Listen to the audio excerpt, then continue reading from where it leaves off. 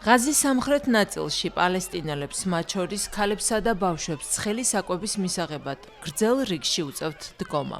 ომით განადგურებულ ტერიტორიაზე ეს უკვე ყოველდღიურ რეალობად იქცა.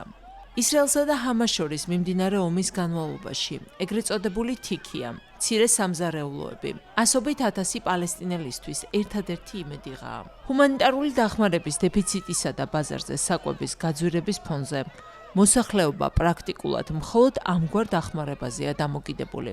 ღაზაში იძულებით გადაადგილებულების თქმით, მდგომარეობა უკიდურესად მძიმეა.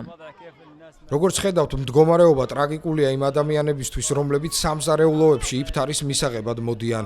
ფასები ძალიან მაღალია, რადგან გამშვები პუნქტები დახურული იყო. როდესაც ნაწილობრივ იხსნება ქვეყანაში შემოსული მცირე რაოდენობის საკვები, არ არის საკმარისი ხალხის გამოსაკვებად.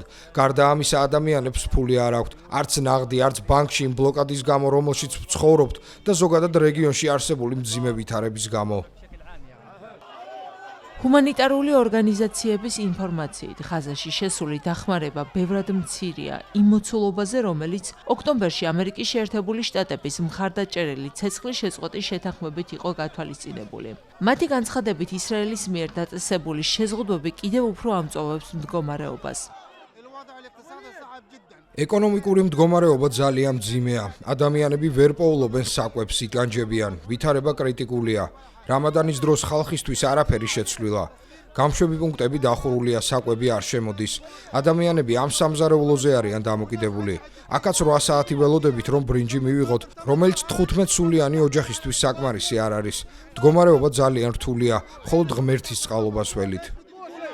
ღაზის დაახლოებით 2 მილიონიანი მოსახლეობის უდიდესი ნაწილი დღეს ჰუმანიტარულ დახმარებაზეა დამოკიდებული.